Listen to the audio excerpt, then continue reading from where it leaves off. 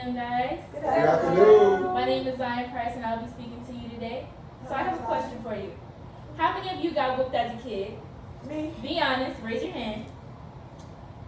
Now how many of y'all actually liked getting hit as a kid? Me. Well, you're the odd one out the bunch. So, growing up black in America, physical discipline is the way we show love, right? Spankings, belts, switches, whatever you want to call it, they come from a place of love. So we think so. I'm doing this because I love you. I'm hitting you because I love you. And we believed it, right? We all believed it. We all thought spankings helped us because that's all we were taught. But tradition does not make things right. And it certainly does not make it harmless. So today I want to talk about and pause and reflect on not the immediate sting of popping a kid or hitting a kid, but the invisible long-term scars of hitting our kids.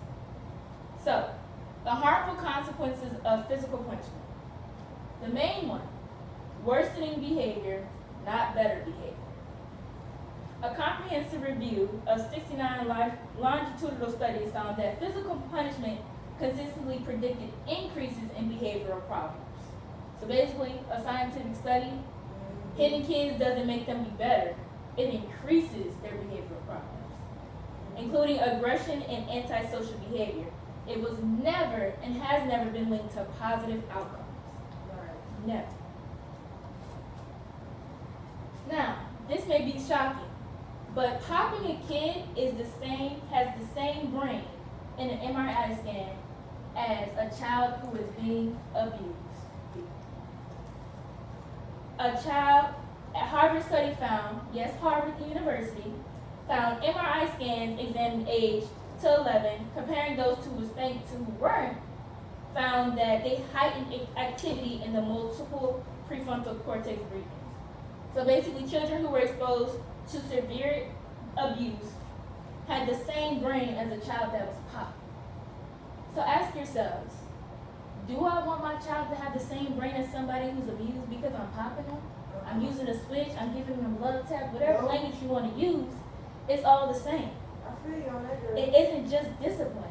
It's altering how their brains respond to perceived threats and environments. A child doesn't become more complacent, they just become afraid of behaviors. They don't learn what not to do, they just know they can't do it, not the reason behind it. And that leads me to my next point. Global consensus. As we know, physical punishment causes harm.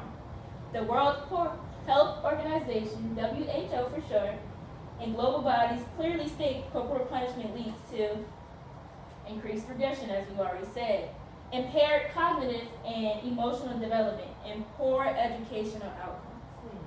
Also, this may not be a shocker, but mental health issues as anxiety, depression, substance abuse, these all violate children's rights. And yes, children do have rights according to the WHO. Children have rights. But it violates their rights to dignity and protection. So things that you may already be predisposed to, not by a choice, you popping your kids only increases that predisposement. The WHO emphasizes that even mild physical punishment can escalate into severe harm. Now the long-term societal impacts. Harsh physical punishment on its own has been linked to adult antisocial behaviors. A large-scale study estimated that it could account for nearly 45 to 40% of adult antisocial behavior in both men and women. That's from the JAMA. Now, you ask, okay, so Harvard then talked about it, other studies then talked about it, the WHO, who else? Well, a lot of professional organizations have spoke out too, specifically the AAP, which stands for the American Academy of Pediatrics. So the people who write all the laws for these children that everybody has to follow no matter of their status. Strongly opposes spanking, citing it as inefficacy and long-term harm, including promoting aggression and weakening parent-child bonds. Similarly, pediatricians have called for outright bans on reasonable punishment. So that may be your love tap, your flick on the mouth, just go sit down, I don't want to deal with you. It's all linked to mental illness and cycles of violence. why hitting your kids doesn't work. And I'm going to tell you what does to give some hope. So spanking may get that attention, but it doesn't teach responsibility, self-control, or the difference between right and wrong, as I stated. Children may comply only under threat, not from understanding. And it also models aggression as a conflict resolution tactic, exactly the opposite of what we want to teach our kids. Also, through my research, I found that being popped as a kid leads to more domestic violence in relationships. It leads your parents to put their hands on you. And speaking from somebody who's had that experience, it's not fun at all. But by contrast, the AAP and researchers advocate for positive reinforcement. So, hun, I've already told you several times, you cannot touch that. If you keep continuing to touch that, I have to take you out the room and you have to go play by yourself. Timeouts don't work, but that's just an example. Clear boundaries with natural consequences. A child touches the stove, don't pop them. They done already got burned by touching the stove. They gonna learn, they touch the stove, they get burned. Natural consequence. Calm discussion with respectful communication. Authoritative nonviolent strategies that foster internal values and healthy behavior. The healthy behavior we all want to have that with our children. Those bonds that we want to bring closer together, not break through us pop. Right. So yes, tradition and truth. We've all got our traditions of spanking a child, the Bible sculpture, the rod on the child makes the child into a man. But the truth is that we must reconsider is that yes, many of us were spanked and we think we turned out fine. But that doesn't justify the harm it caused us, and it ignores the quiet, deep scars that we and our children end up carrying. And as one expert put it, violence begets violence. Anger begets anger, and loss of control makes it worse. And while many parents cling to the tradition isn't proof of effectiveness. So, we must break the cycle. We need to choose better for us and for our kids.